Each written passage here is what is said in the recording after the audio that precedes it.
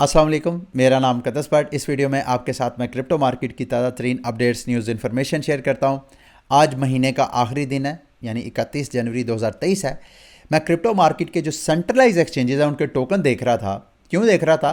क्योंकि आपको याद होगा FTX के क्रैश के बाद अमेरिका की सिक्योरिटी एंड एक्सचेंज कमीशन की नज़र में FTT एक सिक्योरिटी थी। फिर उसके बाद जब जेमिनी और DCG का आपस में क्लैश पड़ा तो उसमें भी जो सिक्योरिटी एंड एक्सचेंज कमीशन है उसने बाकायदा कंप्लेन दर्ज करवाई। तो ये उसके बाद मेरी अंडरस्टैंडिंग डेवलप हुई कि शायद जितने दीगर जो सेंट्रलाइज एक्सचेंजेस हैं उन एक्सचेंजेस के ख़िलाफ़ क्रैकडाउन होगा, क्योंकि सेंट्रलाइज प्लेटफॉर्म FTX के क्रैश के बाद जिस तरह FTX ने अपने टोकन्स को यूज़ किया, मिस यूज़ किया, उसकी वजह से ऐसे थ्रेट था। लेकिन ये आपको स्क्रीन पे नज़र आ रहा है, ये जितने सेंट्रलाइज एक्सचेंजेस हैं उनकी इस माह, जो कि इस माह सारे माह क्रिप्टो मार्केट ने एक रैली पकड़ी थी, उस रैली में सेंट्रलाइज एक्सचेंजेस के टोकन भी जो है वो पंप किए हैं। ये ऑलमोस्ट सारी ये टोकन्स की लिस्ट आपको नज़र आ रही है। हैरानकुन बात इसमें यह है कि FTT टोकन की प्राइस भी 129 गुना पंप की है। FTX का एक एक्सचेंज टोकन है।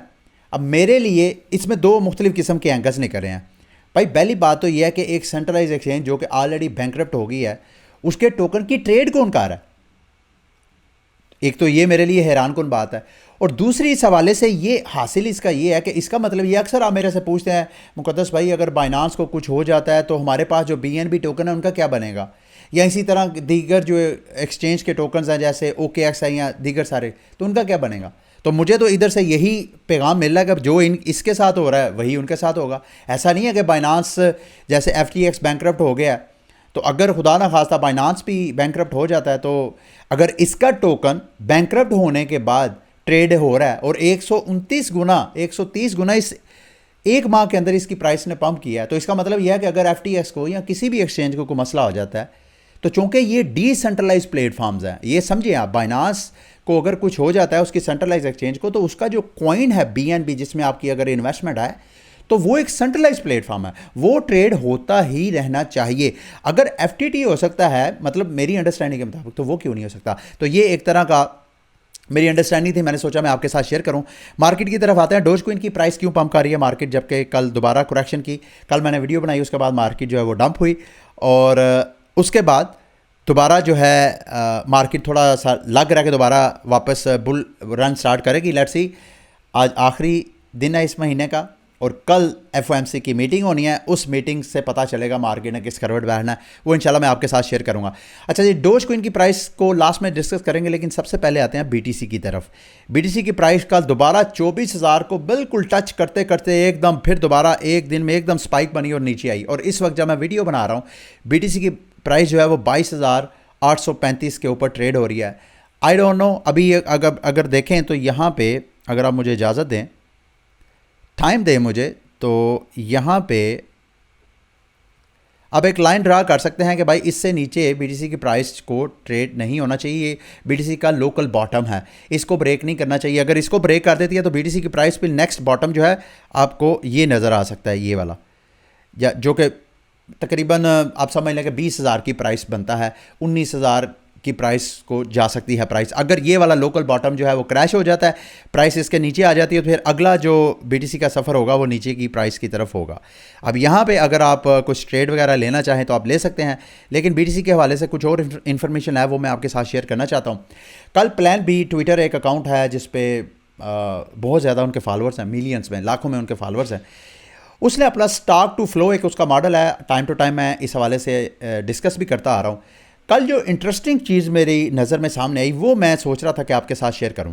इनके इस जो नया इन्होंने स्टॉक टू फ्लो मॉडल है, ये स्टॉक टू फ्लो मॉडल कोई गैस नहीं है, ये जो यूं समझ लें कि एक मैथमेटिकल कैलकुलेशन है BTC की प्राइस के हवाले से, ये उसका मॉडल है। हिस्टोरिकली 2021 तक ये मॉडल एकदम परफेक्ट काम कर रहा था, जिस तरह के प्रेडिक्शन कर रहा था, थोड़ी बहुत वेरिएशन के अलावा एग्जैक्टली प्राइस उसी पे नज़र आ रही थी। लेकिन 2021 के बाद जैसे ही 2000 बेयर मार्केट स्टार्ट हुई है, उसमें इनका जो पुराना मॉडल था वो हो गया ख़राब। अब इन्होंने नया मॉडल स्टार्ट किया, उसमें मेरे लिए इंटरेस्टिंग चीज़ कौन सी है जो मैं आपके साथ शेयर करना चाहता हूँ। वो कहते हैं जी कि 2024 तक, ये देखें, अगर जो कि नेक्स्ट बिटकॉइन हाल्विंग होगी, उनकी इस मॉडल की नज़र में बीटीसी की प्राइस जो है तकरीबन $1 लाख के करीब चले जाएगी 2024 तक, यानी 2023 का ये इसका मॉडल कहता है। लेकिन आपको पता है बीटीसी की प्राइस जो है वो मॉडल्स, अगर पहले के मॉडल जो है वो इनवैलिडेट हो सकते हैं तो आइंदा भी कोई मॉडल हो सकता है। लेकिन इंटरेस्टिंग चीज़ ये हिस्ट्री में देखें तो इनका मॉडल जो है जितनी कैलकुलेशन कर रहा है ऑलमोस्ट प्राइस भी उसी हिसाब से आपको नज़र आ रही है। अब इसको अगर हम समझ लें कि कन्फर्मेशन के तौर पर मान लें कि यार ये मॉडल सही हो सकता है, तो इंटरेस्टिंग चीज़ ये है कि अगला बुल रन यानी 2024 के बाद जो हाल्विंग होगी उसके बाद जो बुल रन स्टार्ट होगा, बीटीसी की प्राइस $1 लाख से 1 मिलियन की रेंज जो है, जो कि बड़ी वाइड रेंज है, उस रेंज के अंदर ट्रेड होती रहेगी।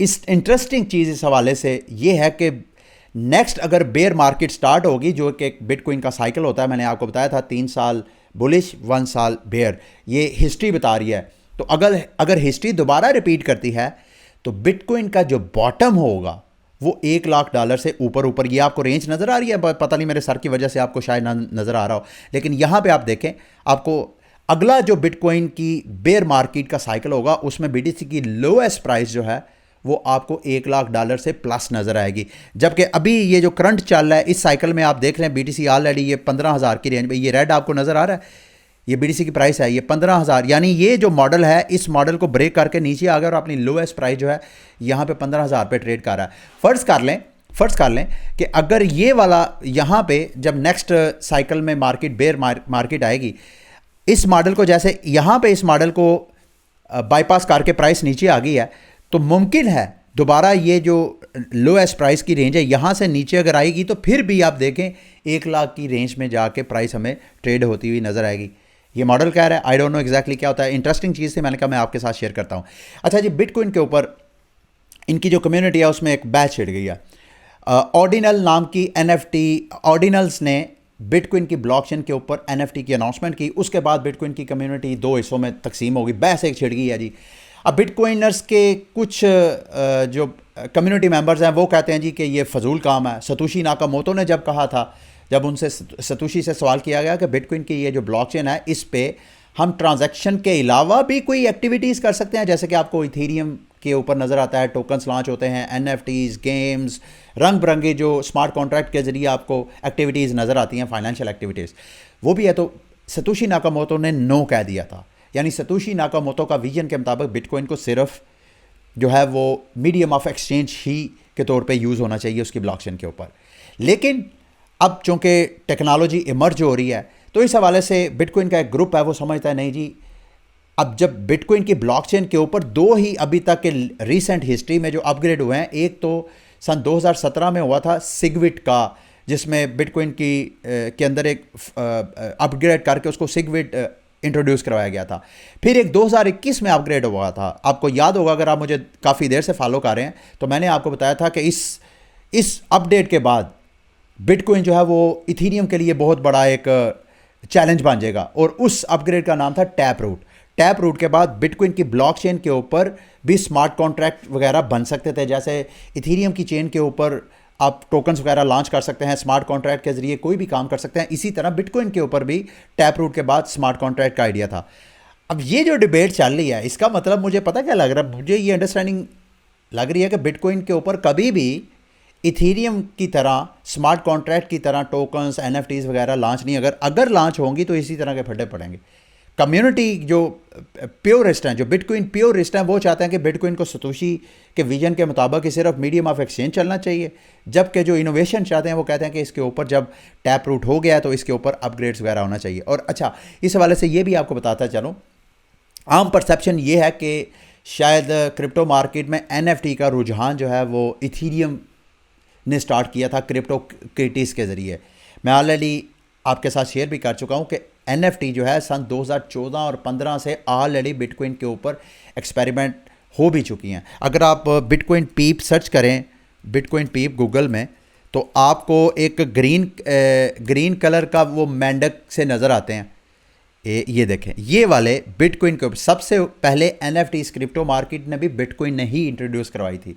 गो के ओबियसली जिस तरह अब वाइडली आपको इथेरियम पे, सोलाना पे, पॉलीगॉन पे, इस तरह की चेन्स के ऊपर आपको NFTs नज़र आती हैं, उस तरह का बिटकॉइन में नहीं था। लेकिन NFT बिटकॉइन के ऊपर NFT का इंट्रोडक्शन भी बिटकॉइन ने ही इंट्रोड्यूस करवाया था। मैं ऑर्डिनल की वेबसाइट पे जाके देख रहा था कि किस तरह के NFTs हैं जो कि BTC की ब्लॉकचेन के ऊपर आएंगे, तो मुझे तो इसकी समझ नहीं आई।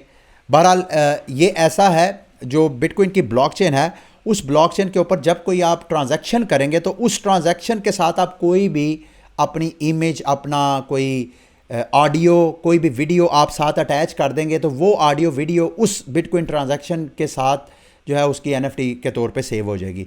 इसको बिटकॉइन जो प्योर बिटकॉइनर्स हैं वो इस वजह से इसकी मुखालफत करते हैं। वो कहते हैं जी कि बिटकॉइन के अगर आप ये NFTs का डाटा डालना शुरू कर देंगे तो ट्रांजैक्शन हैवी हो जाएगी, तो फिर ट्रांजैक्शन वो जो ब्लॉक साइज़ है वो हैवी हो जाएगा, तो उससे जो ट्रांजैक्शन प्रोसेस करने वाले लोग हैं उनको ट्रांजैक्शन फ़ीस, ट्रैफिक बढ़ने की वजह से उनकी ट्रांजैक्शन फ़ीस बढ़ जाएगी। बहरहाल ये बहस थी, मैंने सोचा मैं आपके साथ शेयर करूं।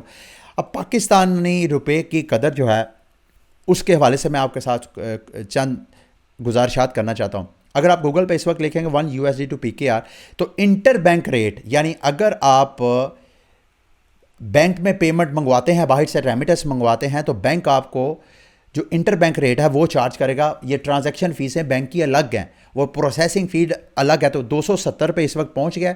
अगर आप अभी भी क्रिप्टो मार्केट की जो ग्रे मार्केट है डॉलर्स की, उसमें जाएं तो डॉलर का रेट जो है अभी भी 10 से 12-13 रुपए का फ़र्क है, जो इंटर बैंक रेट है उसका, और जो P2P पे हमें डॉलर रेट मिलता है उसका तकरीबन 10 से 12 रुपए। कई तो कहते हैं कि अगर ओपन मार्केट में अगर आप डॉलर कैश की सूरत में लेने जाएं तो आपको 290 का भी नहीं मिलेगा। अच्छा, इस सूरत हाल में आपने क्या करना है, ये मैं आपके साथ एक चंक शेयर करने लगा हूँ। आपको याद होगा नाइजेरिया के हवाले से मैंने आपको बताया था कि नाइजेरियन हुकूमत ने अपनी जो कैश इकॉनमी है उसको चेंज करने के लिए अपना नारा एक CBDC लॉन्च किया था, और उसको प्रमोट करने के लिए उन्होंने कहा था कि किसी बंदे ने भी अगर कैश निकलवाना तो मेरा ख्याल है मैक्सिमम वो 44 के पता नहीं $25 एक दिन में निकाल सकता है अपने वॉलेट से। आपके पैसे हैं लेकिन आपको इजाज़त नहीं गवर्नमेंट दे रही कि आप अपने अकाउंट से $25 से ज़्यादा एक दिन में निकाल लें। ये नाइजेरिया के हालात हैं उस वजह से। अब वहाँ पे लोग क्या कर रहे हैं ज़रा देखिएगा। इस वक्त BTC की प्राइस, जब मैं आपके साथ वीडियो बना रहा हूँ, तो BTC की प्राइस है 22,200, 22,900 लगा लें। लेकिन नाइजेरियन इस वक्त BTC कितने पे बाय और सेल कर रहे हैं? $47,000 पे।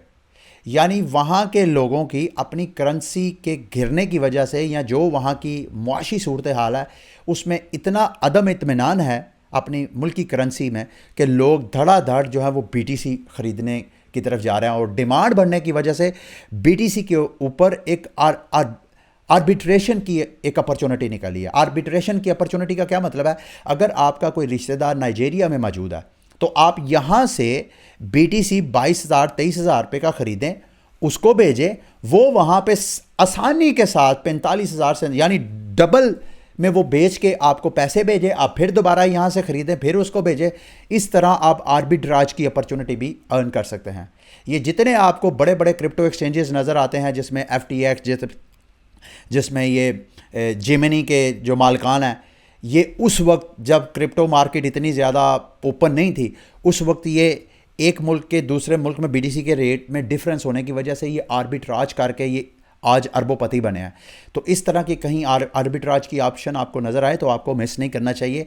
अब ढूंढें कि आपका कोई नाइजेरिया में कोई रिश्तेदार ताल्लुक़ वाला है या नहीं, उसके साथ सारी उसको समझाएं कि भाई इस तरह हम मिलके दोनों काम कर सकते हैं, छोटी सी अमाउंट से प्रैक्टिस करके देखें, आपको कोई मसला नहीं होता। तो इस तरह आर्बिट्राज करके भी आप अच्छा खासा बेनिफिट जो है उठा सकते हैं। अच्छा, बराह रास्त आप ये जो पैक्सुल एक्सचेंज है, यहाँ पे भी बराह रास्त जाके आप चेक कर सकते हैं कि क्या आप पैक्सफुल पे जाके यहाँ पे बैठे हुए बगैर उधर गए ही आप ट्रेडिंग वगैरह करके कोई बेनिफिट उठा सकते हैं या नहीं।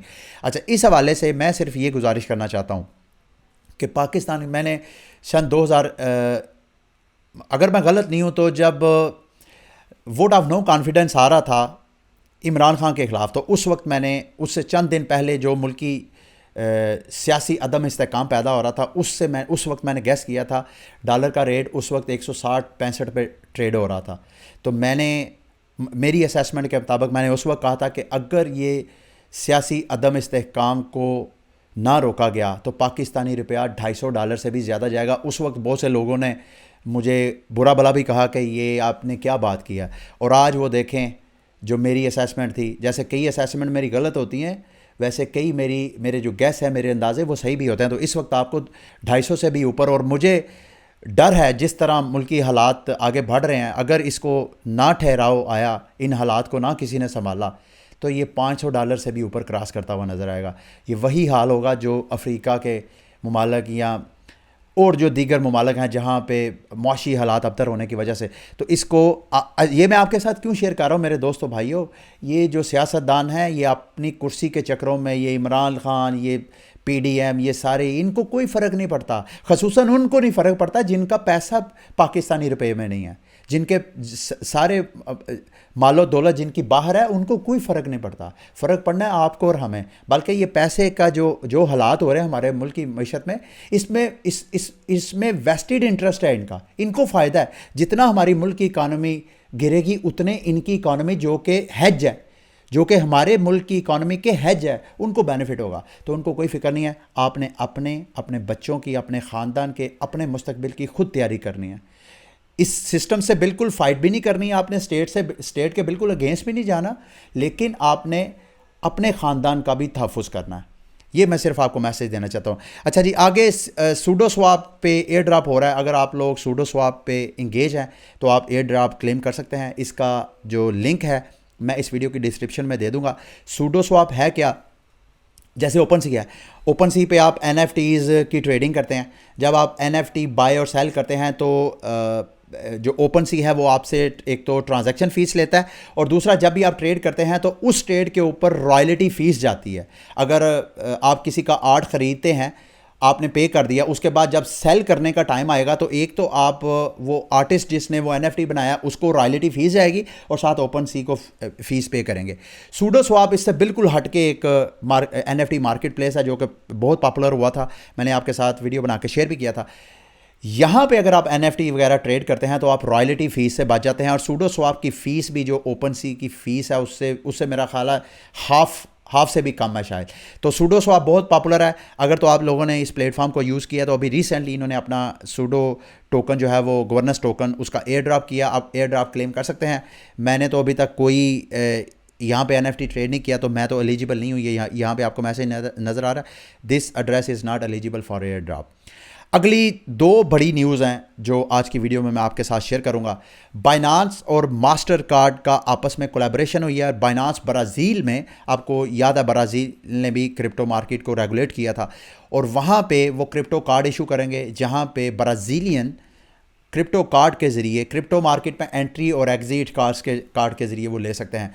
उनके इस कार्ड के अंदर क्रिप्टो करेंसीज होंगी। वो जहाँ भी शॉपिंग करने जाएंगे वो कार्ड के ज़रिए, जैसे petrol pump, shopping centre, point of sales में जाके अपने कार्ड से बराह रास्त क्रिप्टो से वो पेमेंट्स वगैरह कर लेंगे।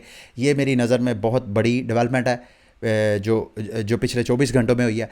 अगली बड़ी डेवलपमेंट जी, जिस वजह से आपको डोज कोइन की प्राइस में थोड़ा सा पंप नज़र आ रहा है दीगर क्रिप्टो करेंसीज की निस्बत, उसकी वजह जी ट्विटर जो है उसके बारे में र्यूमर्स हैं कि ट्विटर, फाइनेंशियल टाइम्स ने रिपोर्ट किया कि ट्विटर लाइसेंस वगैरह लेने की कोशिश कर रहा है मुख्तलिफ हुकूमतों से, रेगुलेटर से, ताकि वो अपने ट्विटर के ऊपर ट्विटर को एक पेमेंट प्रोसेसिंग एक ऐप भी बनाना चाहता है, जिस पे लोग जो है वो बाकायदा पेमेंट्स वगैरह, जैसे आप पेपाल के ज़रिए पेमेंट करते हैं, वहाँ पे आप पेमेंट स्टोर करते हैं, जहाँ कहीं पे करना है वहाँ पेपाल के ज़रिए पेमेंट कर देते हैं। इसी तरह ट्विटर भी इस तरह का एक पेमेंट नेटवर्क बनना चाहता है।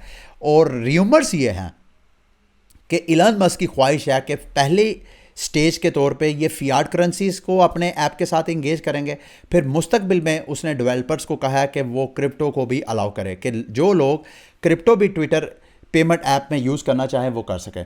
और जब क्रिप्टो का नाम आएगा, बिटकॉइन तो ओबियसली होगा ही होगा, लेकिन कहा जाता है कि डोज कोइन का नाम भी आएगा, और डोज कोइन को भी as a payment method use करेगा, जिस वजह से आपको हल्का सा आपको पंप नज़र आ रहा है। डोज कोइन का अगर चार्ट पे नज़र डालें तो फ़िलहाल तो ये देखें ख़ास एक आपको ऊपर का असेंडिंग पैटर्न नज़र आ रहा है प्राइस का। बहरहाल ये सपोर्ट है, अगर तो ये सपोर्ट ब्रेक नहीं होती है तो डोज कोइन की प्राइस जो है फ़िलहाल जो फर्स्ट इमीडिएट रेजिस्टेंस है, जिसको ये देखें ब्रेक करके फिर एकदम नीचे आ गई है, फर्स्ट इमीडिएट रेजिस्टेंस है तकरीबन 9 सेंट के ऊपर ऊपर, और अगली जो मेजर रेजिस्टेंस है मेरी नज़र में जिसको ब्रेक करेगा तो फिर डोज कोइन की प्राइस जो है वो बुलिश एक प्राइस एक्शन स्टार्ट कर सकती है, वो है तकरीबन 11 सेंट के करीब। ये दो प्राइसेस हैं जिनको ब्रेक करना है। अगर डोज कोइन की प्राइस यहाँ से तकरीबन 8 सेंट से नीचे ब्रेक करती है तो डोज कोइन की प्राइस फिर नीचे दोबारा अपनी सपोर्ट 6 सेंट के ऊपर जा सकती है। ये डोज कोइन के हवाले से भी मेरी नज़र में बहुत मेजर डेवलपमेंट है, सिर्फ डोज कोइन के लिए नहीं, सारी क्रिप्टो मार्केट के लिए ये बहुत बड़ी डेवलपमेंट थी पिछले 24 घंटे की। अच्छा जी, अक्सर आप लोग कंप्लेन करते हैं मुक़द्दस भाई बाइनांस ने हमारा अकाउंट सस्पेंड कर दिया, इस हवाले से बताएं। तो अभी ये लेटेस्ट न्यूज़ आई है कि बाइनांस ने जिन जिन लोगों के अकाउंट सस्पेंड किए थे या फ्रीज़ किए थे उनमें से 90% अकाउंट उन्होंने दोबारा ओपन कर दिए हैं। सस्पेंड के हवाले से पता चला कि जो डिपार्टमेंट ऑफ जस्टिस है अमेरिका का, उन्होंने एक एक्सचेंज थी, आपको याद होगा बिट लागो कुछ इस तरह का नाम है, बिड्स लाटो जो रशियन है, तो उस हवाले से कुछ रेगुलेटर्स ने इनको मैसेजेस वगैरह किए थे कि जो अकाउंट्स इन्वॉल्व हैं वो अकाउंट जो है वो बैन कर दे। तो बाइनांस ने कई इन्वॉल्व अकाउंट के भी और कई वैसे भी अकाउंट्स के कर दिए थे। बहरहाल आप चेक करें, मेरा ख्याल है आपके अकाउंट वगैरह जो है अनफ्रीज़ हो चुके होंगे। अच्छा जी, अगली न्यूज़ है चाइना की तरफ से न्यूज़ मैंने आपको बताया था मेरा ख्याल है पिछले एक दो माह पहले जब मैं आर्थर हेइस का बता रहा था कि आर्थर हेइस की नज़र में क्रिप्टो मार्केट की नेक्स्ट बुल रैली उस वक्त स्टार्ट होगी जब चाइना दोबारा क्रिप्टो मार्केट में एंट्री डालेगा। अब चाइना की तरफ से खबरें आ रही हैं कि चाइना आहिस्ता आहिस्ता क्रिप्टो में दोबारा एंट्री लेने की कोशिश कर रहा है। उनका हाइनान सूबा है, वहाँ पर रेगुलेटर्स ने एम्फेसाइज किया है कि वो जो NFTs हैं उनको प्रमोट करेंगे, NFT की जो डिजिटल इकोनॉमी है उसको वो प्रमोट करेंगे ताकि उससे जो फॉरेन इन्वेस्टमेंट है वो आए, उनके जो फ्री ट्रेड पोर्ट है वहाँ पे। इस हवाले से वो साथ ओवरसाइट भी करेंगे कि ऐसा नहीं है कि इस डिजिटल इकोनॉमी को यूज़ करते हुए कोई मार्केट में क्योस क्रिएट किया जाए, यानी स्पेकुलेशंस वगैरह हो, कॉपीराइट थेफ्ट हो, फ्रॉड हो, मनी लॉन्ड्रिंग वगैरह, इसके ऊपर भी वो नज़र रखेंगे। दूसरा, मैं एक और चीज़ देख रहा था, आपको याद है कि चाइना ने भी अपना CBDC लॉन्च किया है। अब चाइना अपने CBDC को किस तरह एडवांस कर रहा है, ये हम जैसे कंट्रीज जो कि कैशलेस इकोनॉमी की बड़ी ख्वाहिश करते हैं उनके लिए एक मैसेज है कि हमारे अक्सर हम वजारत ख़जाना और अक्सर जितने भी हमारे फाइनेंस डिपार्टमेंट के अफराद को आप इंटरव्यू में पूछेंगे ना हमारे मुल्क का मसला क्या है, तो एक मसला वो लाजमी डिस्कस करेंगे कि हमारी इकोनॉमी कैश इकोनॉमी है। जब तक ये कैशलेस इकोनॉमी नहीं होगी उस वक्त तक हमारे जो टैक्स का निज़ाम है वो बेहतर नहीं हो सकता। तो कैशलेस इकोनॉमी के लिए आप चाइना को एज एन एग्जाम्पल यूज़ कर सकते हैं। चाइना ने अपना CBDC लॉन्च किया, अब चाइना अपने CBDC को मज़ीद एडवांस कर रहा है, उसमें फ़ीचर ला रहा है। फ़ीचर में क्या होगा कि वो CBDC के साथ QR कोड करेगा कि आप अपने उनके जो ई-युआन उनका जो ऐप है उस ऐप के ज़रिए आप QR कोड से स्कैन करके आप पेमेंट्स वगैरह कर सकते हैं। तो इसका मतलब ये है कि जब कभी जो चाइनीज़ हैं वो कहीं पर भी जाएंगे किसी मर्चेंट के पास तो अपने मोबाइल के ज़रिए ई-युआन के ज़रिए ही वो पेमेंट्स कर सकेंगे। तो ये बहुत बड़ी डेवलपमेंट है। पाकिस्तान भी अगर चाहता है तो अपना CBDC लॉन्च करके इसी तरह QR सिस्टम करे तो देखिएगा कैसे जो बैंकलेस पॉपुलेशन है हमारी, कैसे वो बैंक पॉपुलेशन हो जाएगी, और नादरा इसके साथ फैसिलिटेट कर सकता है और ये जो ख्वाब है पूरा हो सकता है। ठीक है, ये थी आज की वीडियो। लास्ट में ये ब्लॉकीफाई, आपको पता है एक लैंडर प्लेटफॉर्म है, ये भी बैंकरप्ट हो गया था, तो अभी इनके जो माइनिंग मशीनें वगैरह पड़ी हुई हैं वो मेरा ख्याल है जज ने कहा है वो बेच के तो जो रिकवरी है क्रेडिटर्स के पैसे वापस करने हैं वो पैसे वापस करें। ये थी आज की सारी वीडियो। उम्मीद करता हूँ कि आज की वीडियो भी आपके लिए इन्फॉर्मेटिव रही होगी। अगली वीडियो तक के लिए मुझे इजाज़त दें। अल्लाह हाफिज़।